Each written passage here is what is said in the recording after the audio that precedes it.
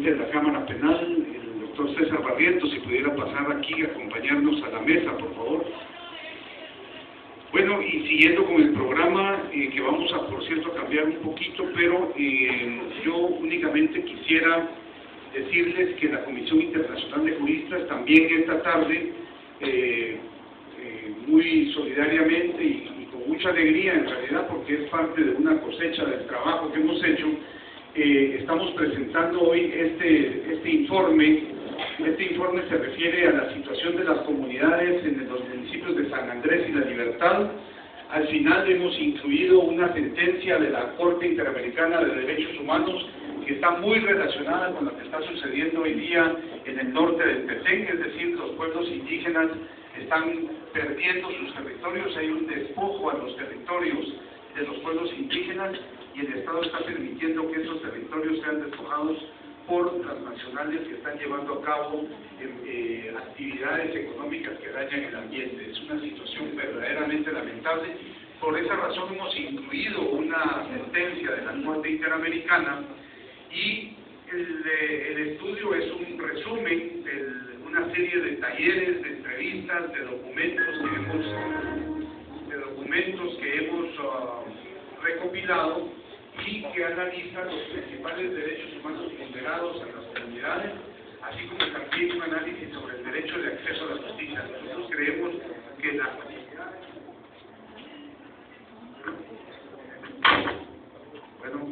en el norte del Petén, creemos que están seriamente afectadas por falta de justicia.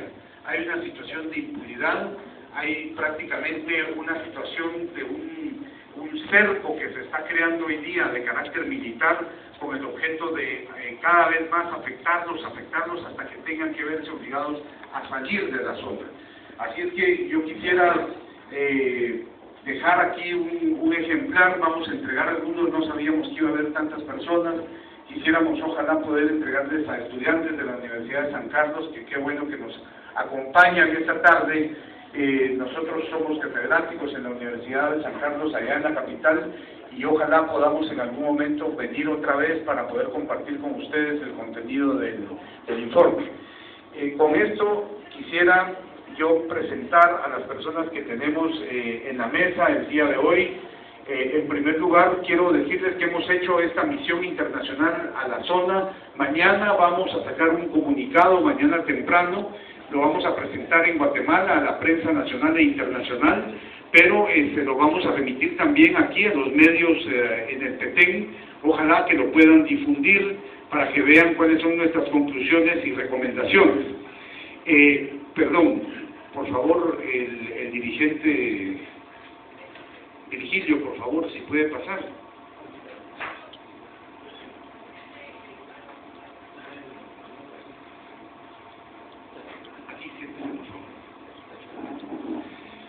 Bien, entonces el programa va a ser de la siguiente manera. En esta misión internacional nos han acompañado varias organizaciones, pero en primer lugar quisiera decir yo que la Comisión Internacional de Juristas suele hacer este tipo de misiones en todo el mundo, pero en Guatemala, como digo, es la primera vez que lo hacemos a un departamento y a una zona bastante retirada de la capital.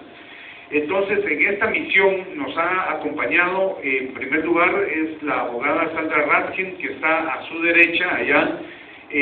Sandra, si puedes acompañarnos, tal vez que ponga una silla para que se siente aquí con nosotros. Sandra es abogada de la Comisión Internacional de Juristas, encargada del programa de Derechos Económicos, Sociales y Culturales.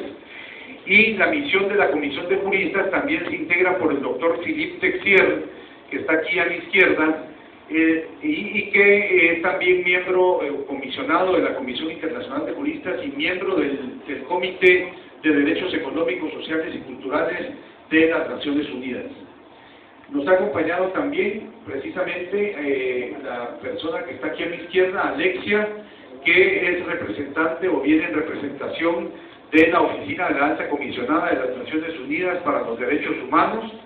Y luego, aquí también a mi izquierda, a la derecha de Alexia, el licenciado Edgar de León, que viene como parte también de este grupo que nos ha acompañado, que es el representante de la Asociación de Abogados y Notarios Mayas de Guatemala.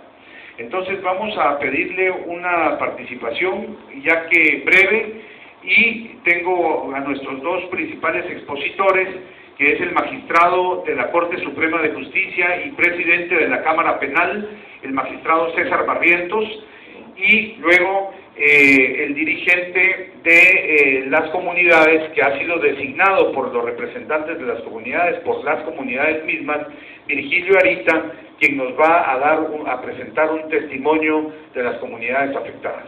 Voy a darle la palabra entonces para este saludo en primer lugar y para consideraciones que quieran hacer sobre el video o sobre la visita que hemos hecho en el orden en el que están aquí presentes. En primer lugar, a Alexia, por favor.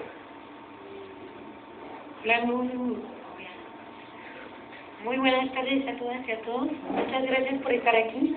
Muchas gracias a la Comisión Internacional Jurista para invitarnos a este foro, pero también a esta misión que ha estado muy interesante y muy importante para nosotros.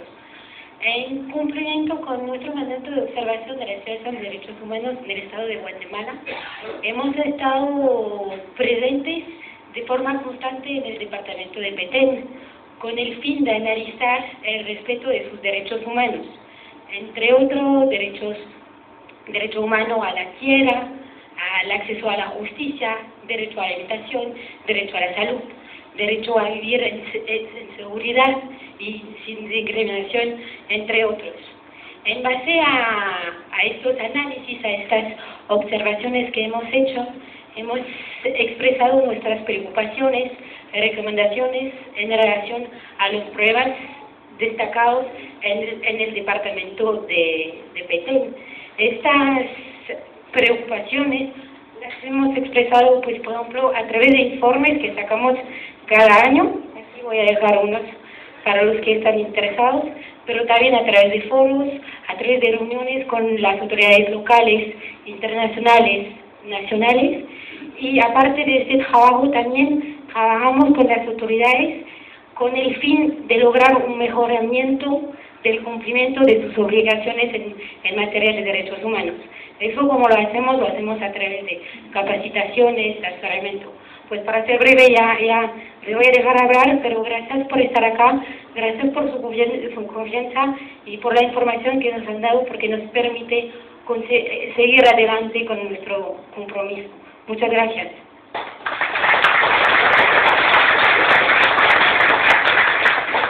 Entonces, el licenciado Edgar de León, de la Asociación de Abogados y Notarios Mayas de Guatemala, por favor. Gracias, Ramón. Buenas tardes a todos y todas.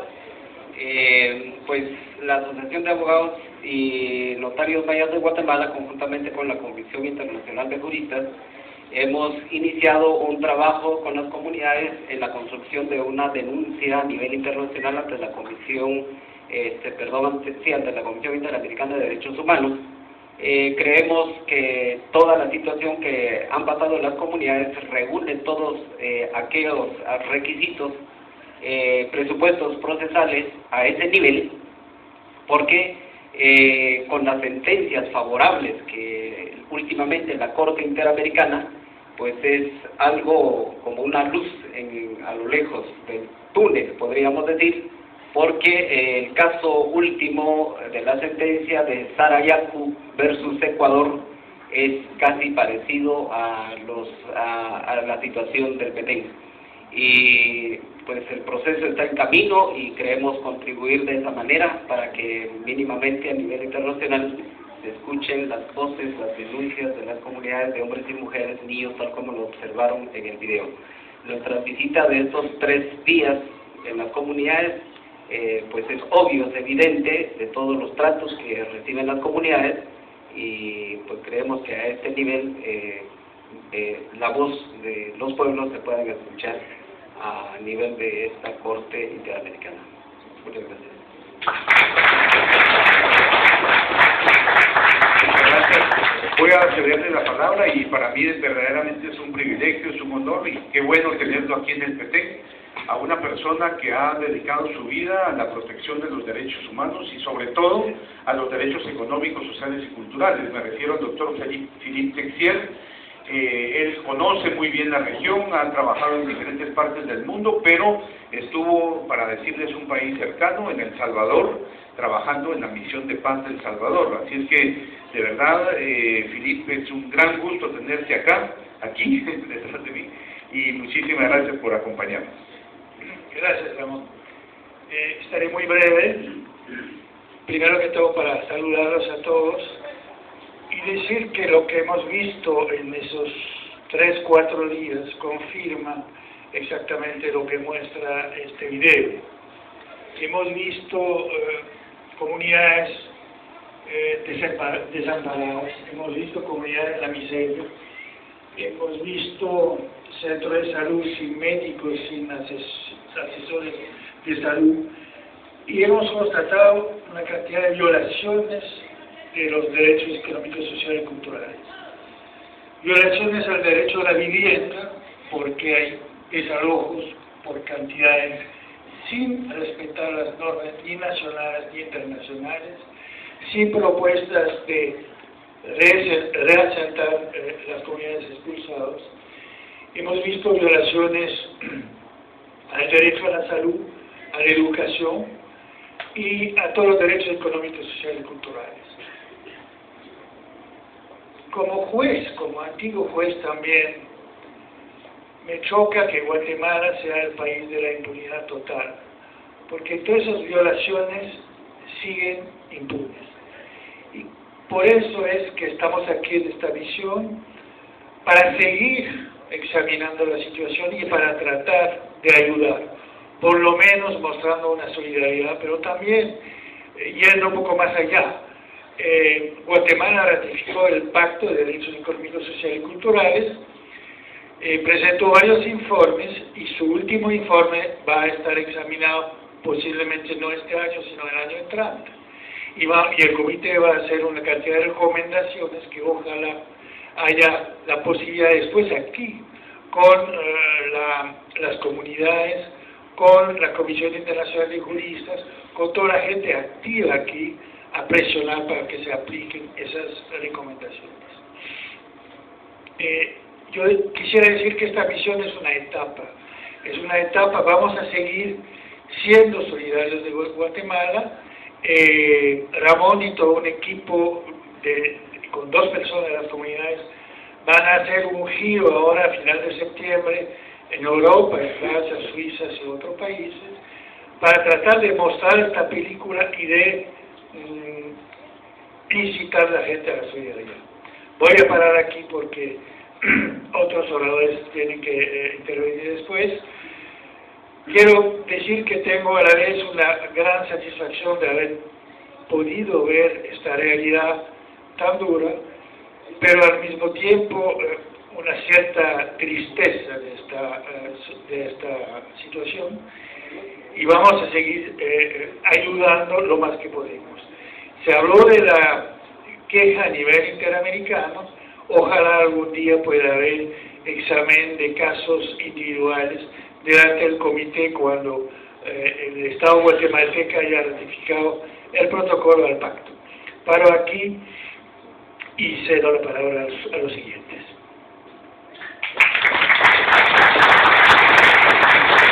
Muchísimas gracias, Felipe, muchísimas gracias. Vamos entonces a pasar a la parte de las presentaciones. Tenemos a 2 invitados para ello. En primer lugar, el doctor César Barrientos, magistrado, como digo, de la Corte Suprema de Justicia, presidente de la Cámara Penal, un magistrado que ha apoyado bastante las causas de lucha contra la impunidad. Debo decir que la Cámara Penal en Guatemala ha jugado un papel muy importante para romper ese cerco de impunidad de casos de violaciones a los derechos humanos durante el conflicto armado interno. Así es que le agradecemos mucho, magistrado, que nos haya acompañado hoy y aceptado la invitación, y nos va a hablar sobre la situación actual del derecho de acceso a la justicia en Guatemala según sus apreciaciones. Muchas gracias, muy buenas tardes tengan todos y todas, miembros y señoras de la mesa directiva. Agradecemos a Ramón Cadenas y a la Comisión Internacional de Juristas el trabajo solidario que hacen en Guatemala. Como todos sabemos, Guatemala es un país que tiene un proceso incipiente de formación democrática.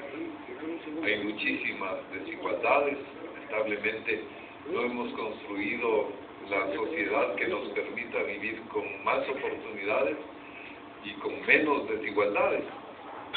Pero en eso estamos empeñados todos, y lo que sí tenemos es una sola y grande lección de la historia. Las soluciones a nuestro país solo pueden venir por la vía del derecho, por la vía de la razón, por la vía del entendimiento, de la tolerancia, del consenso y del esfuerzo para construir esa nación de progreso que merecemos todos nosotros, de paz, de desarrollo y sobre todo las nuevas generaciones. No podemos condenarlas a nuestras futuras generaciones a vivir un país todavía en peores condiciones de las que nosotros recibimos de nuestros antepasados. La Comisión Internacional de Juristas trabaja seriamente en esto que les decía, de construir un Estado de Derecho, porque todas estas denuncias, todos estos señalamientos se plantean formalmente a través de los organismos encargados de hacer la justicia, y por eso, como ustedes ven aquí, su prioridad es el fortalecimiento de la independencia y promoción del acceso a la justicia en Guatemala. ¿Qué quiere decir acceso a la justicia? Bueno, pues es muy simple. En toda sociedad, entre todas las personas, así como nos necesitamos, no podríamos vivir solos. También hay conflictos, hay diferencias, hay situaciones que hacen que se compliquen nuestras vidas y diferentes puntos de vista.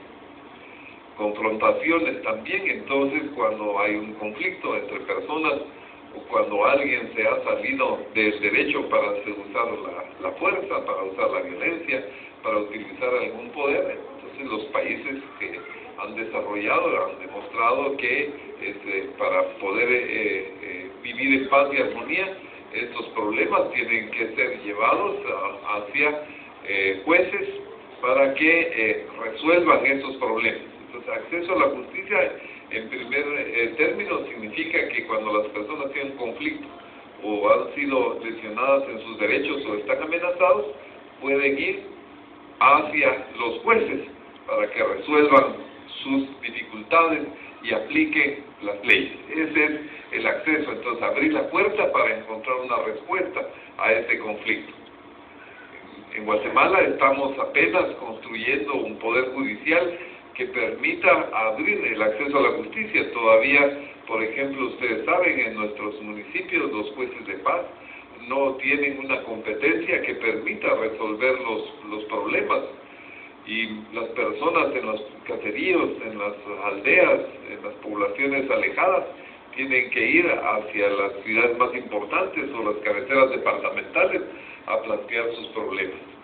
Esto es algo que no puede continuar así, pero aunque ya existe una solución, porque el Congreso autorizó una ley donde los 340 jueces de paz del país van a conocer casos de estos problemas penales y resolverlos.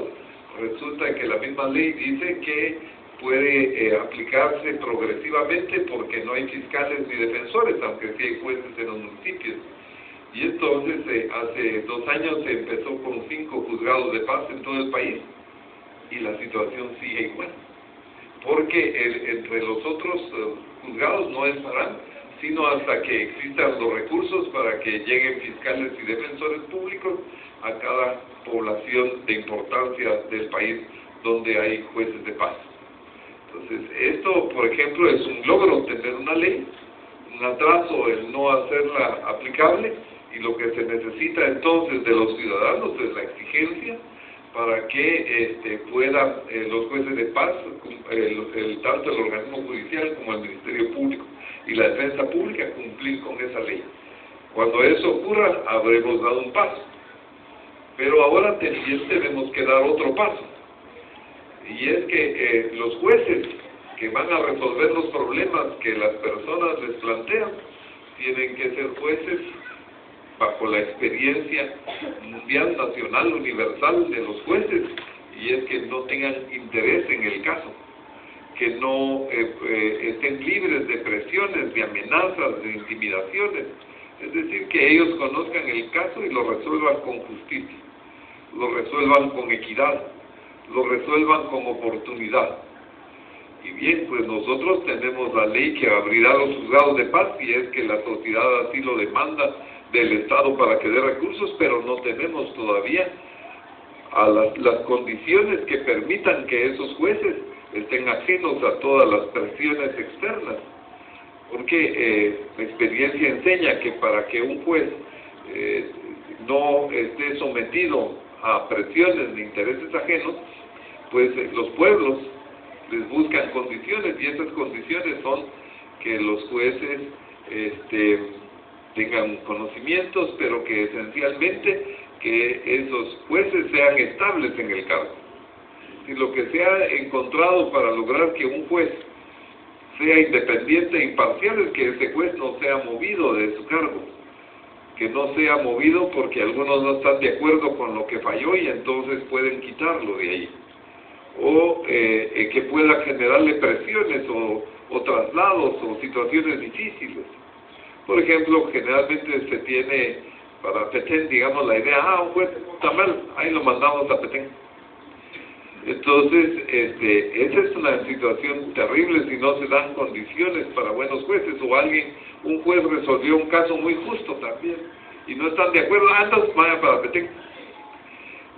Esas son cosas problemáticas, es decir, o que unos jueces que no son de aquí, son de lugares lejanos, tengan que venir acá. Lo importante es que los jueces fueran conocidos por sus ciudadanos, por sus convecinos, pero también que fueran jueces estables, que no se les va a mover, se les va a mover solo por su conducta, por su comportamiento, si es malo, pero tendrán todo el tiempo para estar y vivir como jueces, siempre que su conducta así lo merezca. Pero en eso tampoco hemos terminado los guatemaltecos de crear. No hemos del todo desarrollado las condiciones para eso. En Guatemala los jueces duran 5 años en los cargos. Y eso, pues, ¿qué quiere decir? Que si yo quiero continuar en el puesto, tengo que quedar bien. ¿Y con quién? El juez escogerá con quién, posiblemente con los poderes locales, posiblemente con los poderes nacionales, posiblemente con los poderes económicos, y no hay que descartar que pueda tratar de quedar bien con poderes ocultos. Porque ¿qué hace? ¿Dónde le dio el pueblo las condiciones, la sociedad, su nación, las condiciones para que pudiera juzgar tranquilo? Y entonces ese es un problema, no lo hemos conquistado, como nos estamos haciendo un esfuerzo, y hay un esfuerzo ahora de reformas constitucionales, pero la mayoría de ciudadanos no sabemos de eso, de que los jueces sean así, y más bien la idea es, ¿y cómo los vamos a dejar estables en el puesto? Si 5 años están ahí, hacen qué barbaridades, que no harán en 10, o que no harán en 15, ¿quién los va a aguantar entonces? Porque lo pensamos como una lógica diferente, lo pensamos desde la lógica de un puesto común, pero el juez, hombre o mujer, está ahí, tiene que tener ciertas protecciones. Y por eso dicen en otros pueblos, las sociedades sabias les dan condiciones a sus jueces y juezas para que sean estables. Y nosotros no lo hemos logrado, no hemos hecho avances. En estas reformas constitucionales, por ejemplo, en que se están discutiendo, no hay una participación ciudadana, no hay un convencimiento ciudadano de que debamos hacer eso. Entonces, ese es un problema, no hemos alcanzado esos jueces estables. Y es cierto que Guatemala es una nación de escasos recursos y que sus funcionarios pues no deben ganar demasiado en comparación con los demás. Pero también debe tener condiciones humanas de vida. Digamos, un juez tiene una jubilación después de trabajar hasta la edad adulta, hasta la edad de jubilación o los años de trabajo, de 5.200 quetzales. Esta es una gran cantidad para las personas que ganan poco, pero para un juez que es un profesional del derecho que ha vivido, también es una cantidad muy escasa. Entonces, estamos en eso. ¿Cómo vamos a hacer una sociedad pobre para crear las condiciones que les permita a los jueces mantenerse en su trabajo de manera honorable? No es que lo deban hacer por ganar o por ir a la vejez, pero sí, bueno, son situaciones difíciles y hasta difíciles de plantear en una sociedad con tantas limitaciones y tantas escaseces. Y después encontramos entonces de estas condiciones que se le dan a los jueces para que sean imparciales, independientes en el acceso a la justicia, es decir, tener los jueces, ahora tenemos los procedimientos. En los procedimientos estamos trabajando en Guatemala, ahora en 2 años para acá, los procedimientos orales se han profundizado. ¿Qué es este planteamiento oral? Es decir, hay un juez y está acá y tienen 2 personas un problema y vienen y se lo plantean al juez. Y ahí tienen a sus testigos y ahí tienen sus pruebas y el juez entonces decide en presencia de todos. Este es un buen procedimiento, pero estamos también en proceso de aplicarlo. Y también tenemos que cambiar una cultura porque en el sistema la mayoría de abogados no cobra porque se gane el caso, sino por cuánto tiempo dura el caso. O más bien muchos cobran para que nunca se llegue a una solución del caso. Es una cultura. Entonces yo conocí muchas veces, o me han contado, de que cuando uno llegaba a contarle un problema a un abogado, dice, bueno, ¿cuánto tiempo quiere que dure el caso? Ah, pues que sea rápido, le cuesta tanto. Y si que no avance, pues le cuesta tanto. Entonces la cosa es detener el problema. Y esa es otra cosa que debemos luchar contra eso, porque los problemas se deben resolver pronto, porque un problema que no se resuelve pronto es un problema mayor para todos. Pero Guatemala tampoco está acostumbrada a la solución de conflictos. No es un país o no un sistema que viva de la solución de conflictos, sino que en mucho nuestro sistema judicial históricamente se ha caracterizado por complicar el conflicto, por enredarlo, por hacerlo demasiado formal, por hacerlo depender de procedimientos y formas. Y esas son cosas delicadas en las que también estamos trabajando y buscando cambiar. Entonces estamos luchando para que haya jueces estables, para que haya más tribunales, para que existan mejores procedimientos. Pero también tenemos que aumentar hacia una cultura, es decir, si nosotros tenemos una cultura de conflicto, que es lo que pasa en nuestro medio, si nosotros estamos cada vez más afectados por una cultura de violencia, por una cultura de intimidación, por una cultura incluso de resignación, las personas tienen que soportar, prefieren o se ven obligadas a no ir a un tribunal para declarar o para plantear sus problemas, si la situación es muy seria.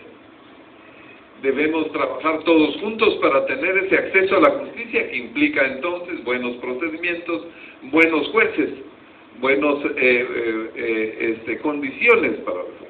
Y el Poder Judicial necesita recursos para poder funcionar y construirse como un buen sistema. Pero la gente dice, o los políticos dicen, bueno, para que les demos dinero, entonces que funcionen bien y de ahí nos vienen a pedir. Pero para que funcionen bien necesitan dinero, entonces nunca se va a dar la condición, porque entonces necesitamos el dinero para funcionar bien y no podemos funcionar bien si no hay el dinero. Con esto quiero comentarles que históricamente Guatemala no ha terminado el proceso de formación del Estado de Derecho. No ha terminado el proceso de construir un verdadero poder judicial. Y esas ausencias se van connotando cada vez más, porque van aumentando las desigualdades y los privilegios, y las diferencias. Y nosotros necesitamos crear esos canales que las sociedades han demostrado, que los países modernos han demostrado para poder vivir. Necesitan, entre otras cosas, así como salud, educación, trabajo, vivienda, necesitan también de justicia, que es uno de los servicios públicos esenciales. Siempre entre las personas habrán diferentes puntos de vista. Decía un poeta chileno, José Santos Chocano, decía, en esta vida nada es verdad ni es mentira. todo es según el cristal con que se mira, decía él. Entonces, pues pasa muchas veces, es como cuando hay una realidad y uno lo mira desde diferentes lugares, desde diferentes ventanas, desde diferentes posturas. Pero el hecho es que hay que aceptar que aunque se tengan diferentes intereses y diferentes visiones, hay alguien que debe decir cuál es lo razonable y cuál es lo correcto y cuál es lo oportuno y cuáles son las obligaciones y derechos, y esos son los jueces. Y nosotros debemos ir a apresurarnos para eso, porque en la medida en que más nos tardemos para construir ese Estado de Derecho, más trágico y más lamentable será para nosotros. Hemos visto aquí grandes desigualdades que existen en nuestra sociedad y que se dan a flor de piel. Pero la idea es que los diferentes sectores pueden convivir. Lo que se trata es que los sectores deben trabajar y deben actuar dentro del marco de los derechos y las obligaciones. Y eso nos haría las cosas mejor. Eso parece muy fácil, pero en realidad, como sabemos, es muy difícil. Pero lo bueno es que todos han venido aquí con la idea de eso. Hay problemas. No podemos optar por la fuerza, no podemos optar por la violencia. Utilicemos por el camino del consenso, de la tolerancia y del concurso y de la credibilidad, de que nosotros como nación, como pueblo, como sociedad, podemos encontrar, como lo hicieron otras naciones, las soluciones a sus problemas en el Estado de Derecho. Hace muchísimos siglos aquí vivían los mayas, uno de los más grandes pueblos, inventores del cero, de las matemáticas, de la astronomía. Ellos hicieron las pirámides para estar más cerca de Dios. A veces cuando uno las ve, tal vez para verlo más de cerca o tocarlo. ¡Qué civilización más grande! Y a esa civilización, por los aspectos de la historia que no podemos controlar, se dio un contacto y un choque de civilizaciones y de cultura. Y el caso es que sin imputarnos ni hacernos culpas de nada y de las cosas, ahí entre una mezcla de pirámides y de iglesias, pues somos un pueblo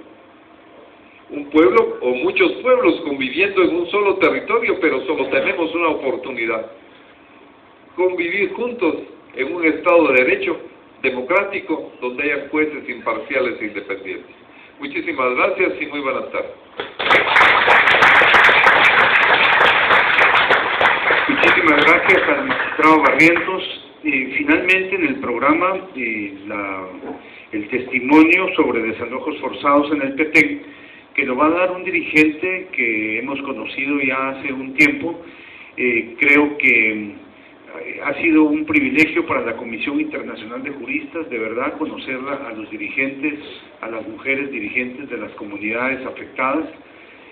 Ha sido un honor poder estar en sus territorios y en sus comunidades, y esperamos que ese cerco militar que se ha creado alrededor de ustedes, el Estado de Guatemala lo quite para ser respetuoso de los acuerdos de paz. Lo que está sucediendo hoy en el Petén es muy grave, es muy grave. Hay que darle toda la dimensión a esta situación, porque parece como que lo dejamos pasar, parece que en la capital nadie dice nada sobre esto. No, el cerco militar que hay, que no dejan pasar, como nos dijeron hoy, lo único que no evitamos pasar es alimentos, porque claro, eso sería ya un homicidio, un asesinato, una forma de cometer genocidio contra un grupo. No, pero lo que está pasando sí es muy, muy grave. Detienen láminas porque no se quiere que se permita construir, para no dar una sensación de permanencia, como dicen. No, eso es inaceptable. Estamos trabajando con seres humanos y ni siquiera a animales hay que tratarlos mal, pero a los seres humanos en este caso realmente es verdaderamente lamentable y es condenable totalmente. Nosotros quisimos entonces, conjuntamente con las comunidades, dejar un último momento para escuchar un testimonio de una de las personas desalojadas del Centro 1, a quienes fuimos a visitar. Están divididas en varios lugares, no pudimos ir más lejos, estuvimos nada más en La Libertad, pero verdaderamente las condiciones de vida son, como ya lo dijo el señor Philippe Texier también anteriormente, una situación de extrema violación a los derechos económicos, sociales y culturales, y que no cumple con los estándares internacionales, porque cuando se lleva a cabo un desalojo hay que cumplir también con ciertas normas. Voy a dejar la palabra entonces al dirigente que fue desalojado del Centro 1 del Petén, el señor Virgilio Arita. Bien, muy buenas tardes, señores autoridades que acá nos honran con su presencia, y también a las autoridades que hayan pues de nuestro departamento.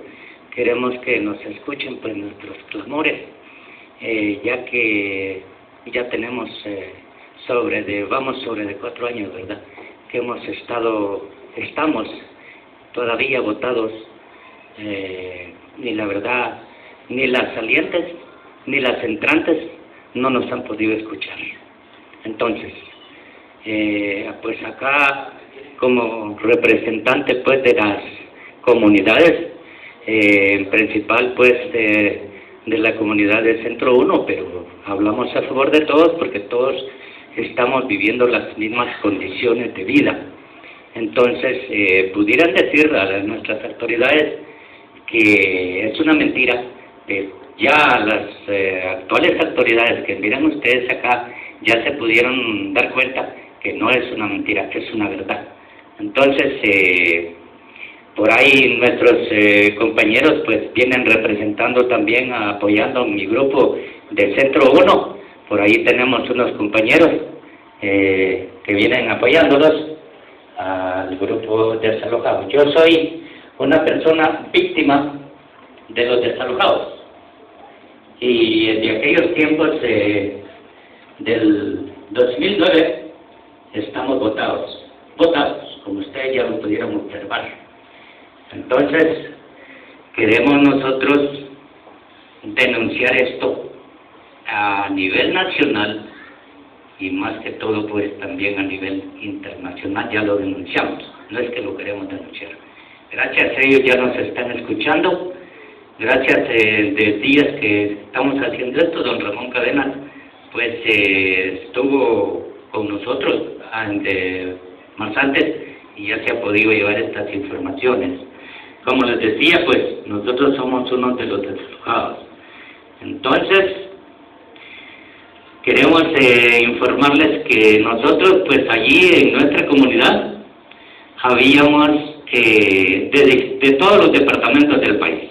Ahí habíamos de todos los departamentos, ahí nos fuimos uniendo, causa nuestra tierra, buscando nuestra tierra para poder trabajar, para poder mantener nuestras familias. Ahí habíamos de diferentes departamentos, ¿verdad?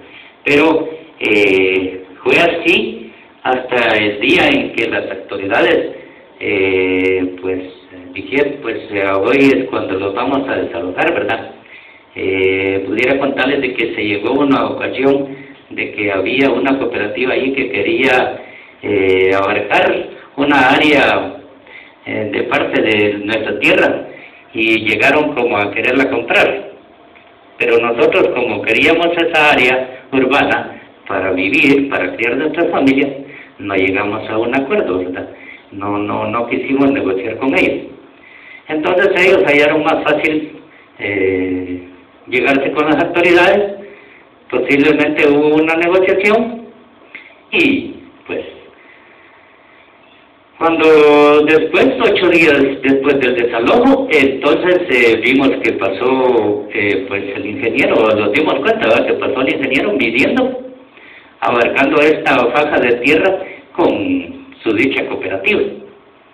Entonces, bueno, esto se los contamos a ustedes para que las dichas autoridades o a los que les corresponda pues que investiguen esto, cómo está esto, ¿verdad? Porque también las autoridades en aquel entonces fue lo que lograron para hacer este desalojo. Pero les queremos contar que nosotros no lo notificaron. No. Cuando nosotros vimos es que ya nuestra comunidad pues estaba siendo rodeada por todos ambos lados y fue que nos dejaron en medio, dándonos solo 20 minutos, porque eran 30 pero ya las autoridades ya se les habían pasado 10 y solo los dejaron 30 para desalojar, 20 para desalojar el área. Entonces, pues las autoridades, ¿verdad?, se lavan las manos allí con que enfocan unos pequeños pick-up llenos de algunas cositas, pero les quiero informar que allí habíamos 164 familias en esa comunidad. Y ustedes pueden creer que las pertenencias de una casa, animalitos, bestias, vaquitas y todo eso, no van a caber en un pick-up. Todo eso se quedó perdido. Nosotros dejamos nuestra comunidad a puertas abiertas, solo agarramos nuestros niños y salimos. Y del 2009, el 16 de junio del 2009, a esta parte, pues ustedes se han podido dar cuenta que todavía estamos votados, sin que ninguna autoridad los haya podido escuchar, ni salientes ni de entrantes. Entonces, bueno, la verdad de los casos, esto lo dejamos a las autoridades para que ¿verdad? Nosotros ese lugar lo ocupábamos ya empezando a declararlo como un lugar reconocido desde el 81. Del 81 al 2009, pues hacemos cuenta que teníamos 28 años de vivir allí. Pero las actuales autoridades dicen que solamente teníamos como 3 o 4 años. Y nosotros allí pues ya teníamos árboles de coco, teníamos mangos, teníamos aguacates, cargadores. Y esa es una prueba de que no hace 3 años ni 2 años. Entonces, fue así que el desalojo pues lo conformaron las autoridades, ¿verdad? Entonces, quiero contarles que como el señor presidente, don Colón, como ahí lo pudimos ver, ¿verdad?, él no tenía dinero para hacer el destacamento, ¿verdad?, y ocupó nuestras escuelas para que el ejército esté en nuestras escuelas, donde recibían clase 180 niños, habían 5 maestros pagados por el gobierno. Allí están las autoridades todavía. Teníamos 2 iglesias católicas, unas incluso sin estrenar.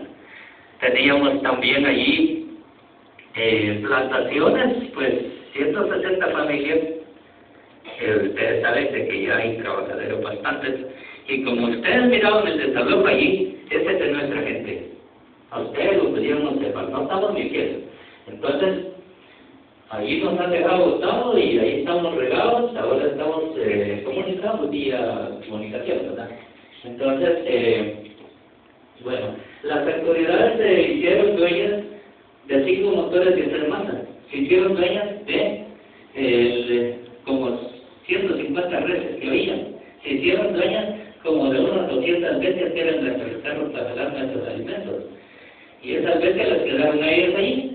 Y como ustedes pudieron observar ahí, las hembras llorando porque alguien les dijeron al entrar, a sacar de su propia cosecha, los agarraron, les quitaron sus bestias y se las llevaron.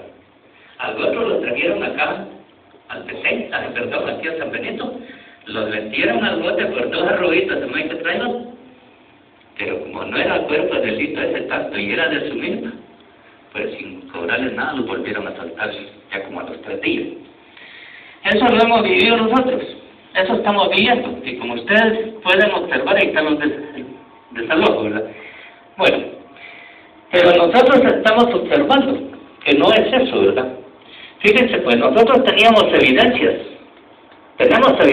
hay células sacadas como Centro 1 en La Libertad, y el señor Carlos Marín Rosado, eso lo borró, ahora los ponen penas a nosotros, porque hay niños denunciados ahí, y cuando estos niños buscan su registro, ¿a dónde están?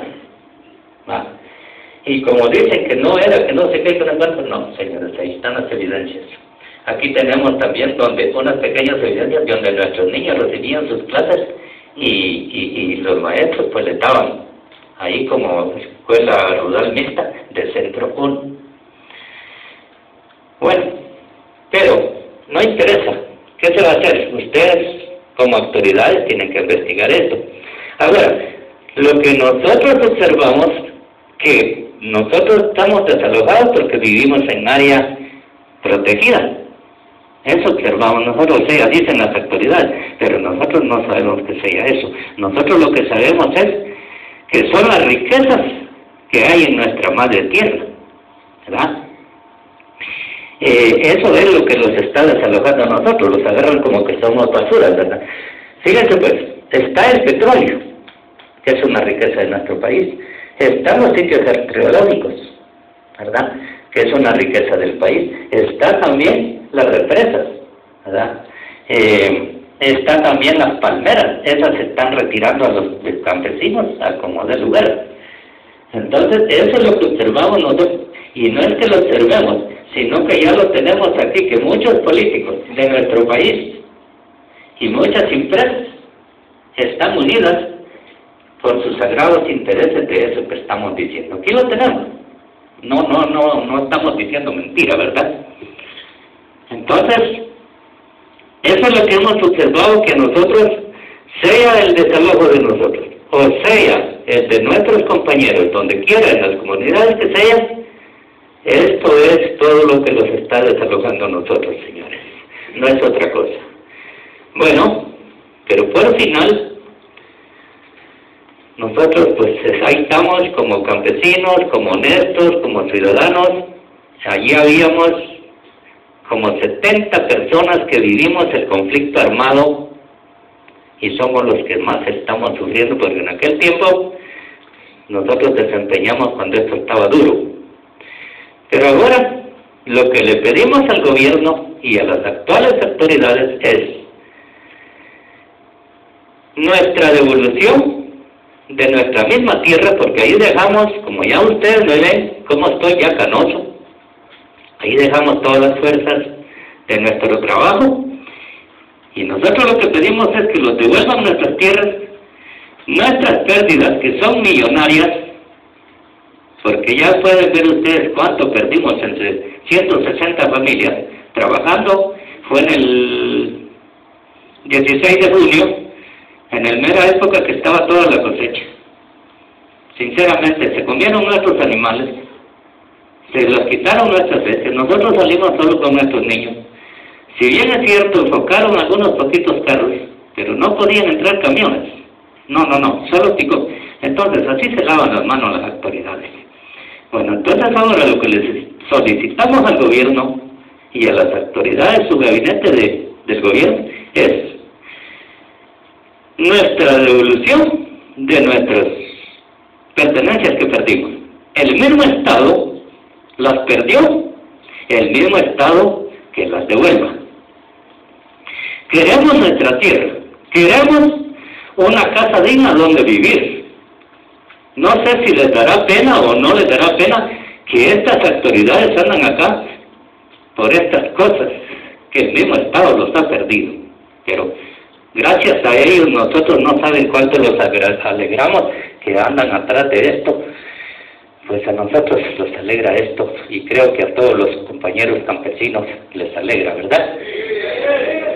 Bueno, entonces, eso es lo que les pedimos a las autoridades, que nos den nuestra tierra, nuestra madre tierra es la que nos mantiene a nosotros. Ya merito los morimos de hambre, ya merito, porque los están matando a pasos a nuestros niños, están todos desnutridos, nuestras hembras están todos desnutridas, nosotros no encontramos trabajo. Quisiéramos que nos ayudaran con alimentación, eso quisiéramos nosotros, mientras que nos dan nuestra tierra.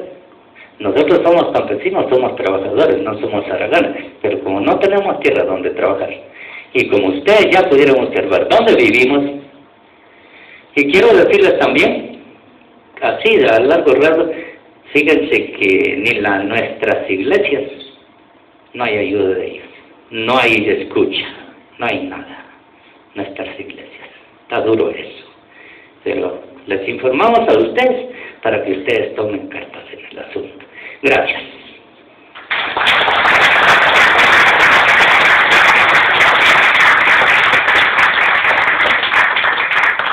Muchísimas gracias, don Virgilio. queremos hacer la entrega de este informe simbólicamente para todas las comunidades. Ya hemos entregado algunos ejemplares, pero tal vez en este acto público queremos hacerle entrega del informe a don Virgilio y esperando que las recomendaciones las cumpla el Estado de Guatemala en el momento en el que sea entregado a diputados del Congreso de la República, a representantes del organismo ejecutivo y luego también uno que vamos a entregar simbólicamente al presidente de la Cámara Penal para que pueda también compartirlo en la Corte Suprema de Justicia. Don Virgilio, perdone.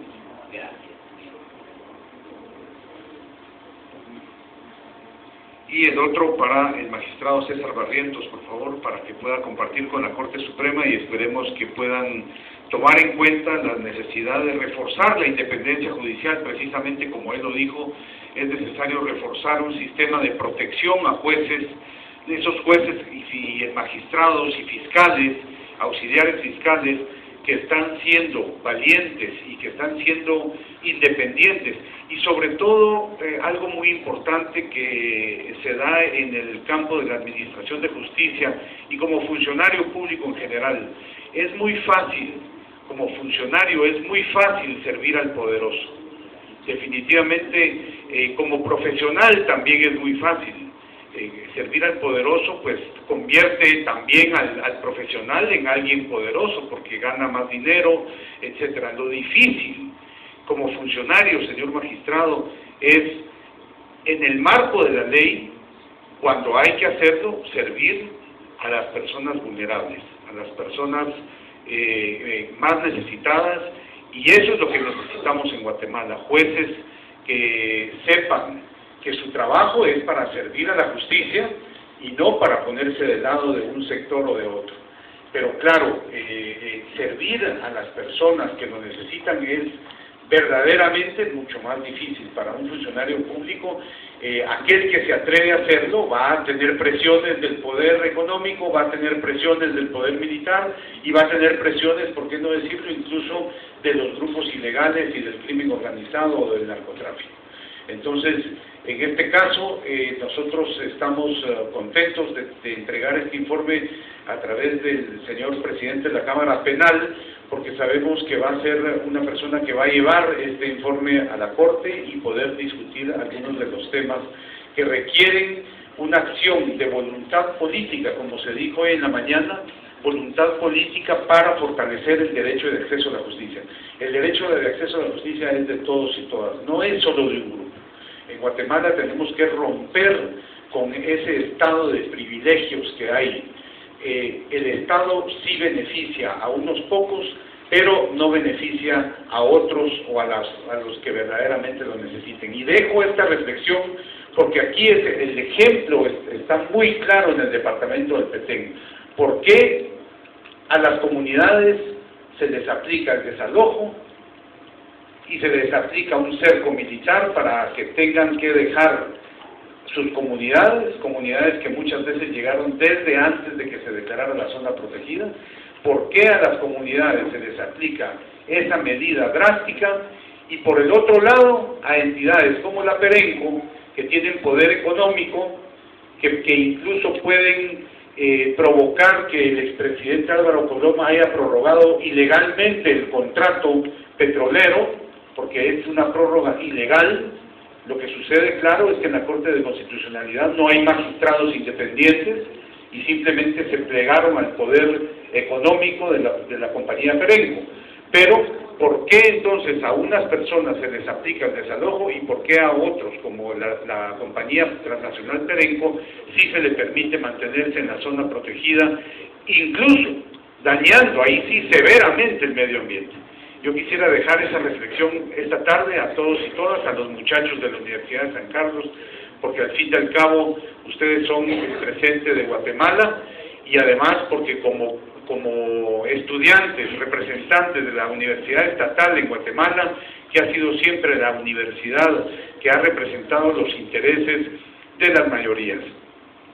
Recordemos, porque creo que es muy importante en estos eventos, recordemos el caso precisamente de una empresa transnacional que hoy día se llama Hotway Inc., canadiense, y que en el pasado fue la INCO, y que en el pasado actuó como una empresa nacional que es Exmival, y recuerden ustedes que probablemente lo recuerdan, cuando en los 70 se discute un proyecto de ley de minería, 4 profesionales de la Universidad de San Carlos emitieron un dictamen en contra de esa ley de minería, y el general Arana Osorio, el primer presidente de la dictadura militar, los mata.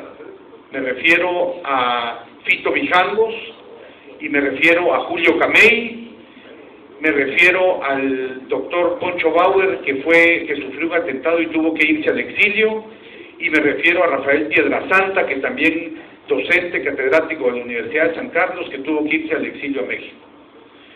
O sea que las historias que tenemos en nuestro país de violaciones a los derechos humanos por parte de empresas privadas y de transnacionales no es nueva, señores. Esto viene desde atrás, se dio como digo, en la época de los 70, cuando era la INCO y era Exmival, y miren lo que es la historia, 30 años después, esa empresa INCO transformada en Hotbe Inc., resulta que hay un caso en el que la Hotbe Inc., de la mano de una empresa guatemalteca también, asesinan a 2 dirigentes, el caso está en total impunidad, violan a 11 mujeres quechís, el caso está en total impunidad, y dejan en silla de ruedas a un dirigente más, que también el caso está en total impunidad.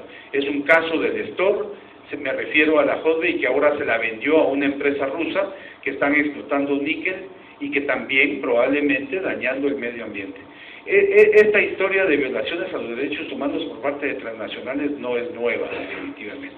Esto viene desde hace tiempo, y lo que nosotros, incluso la Comisión Internacional de Juristas en Ginebra, ha hecho un estudio y acompaña también un proceso para que se cree una legislación internacional que establezca la responsabilidad de empresas en casos de violaciones a los derechos humanos. Ya no es solo la responsabilidad de los estados, también las empresas privadas tienen responsabilidad grande, han llegado a tener tal poder económico y político en diferentes países, casi siempre en países subdesarrollados, que se requiere también una convención que establezca la responsabilidad de las empresas cuando cometen graves violaciones.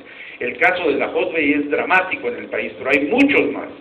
Están detenidos en San Juan Zacatepeques, personas criminalizadas, una persona condenada a 140 años, un dirigente comunitario de San Juan Zacatepeques. Hay personas también en Santa Cruz Varías que acaban de ser criminalizadas y que están bajo orden de captura, cuando al fin el Ministerio Público, y qué bueno, descubrió que quien actuó en contra de las comunidades fue una persona que es de la empresa privada de seguridad de Entre Ríos en Santa Cruz Varías. Ese es el patrón con el que actúan las empresas privadas, las transnacionales. Siempre tienen a la mano una empresa privada de seguridad que es la que reprime a la población. Eso no puede ser. No puede ser que esto siga en Guatemala, no puede ser que la situación que se da en el Petén siga en Guatemala, y no podemos tampoco aceptar la remilitarización de este departamento. No se puede aceptar más. Estamos en una época de paz, y como planteaba el magistrado Barrientos, lo que hay que promover es un diálogo que resuelva esta situación, pero no a través de retenes ni de cercos militares. Así es que nosotros lamentablemente tenemos que despedirnos, vamos de regreso a la capital, pero muchísimas gracias por su presencia, por su participación. A las comunidades les volvemos a decir que no están solos, hay personas como el doctor Philippe Texier, como Sandra Ratgen, como Alexia de las Naciones Unidas internacionales, que están preocupados por esta situación. Así es que esperamos que en una próxima ocasión podamos vernos, y les agradecemos muchísimo. Vamos a dar un refrigerio, por favor, y nosotros nos despedimos. Muchas gracias.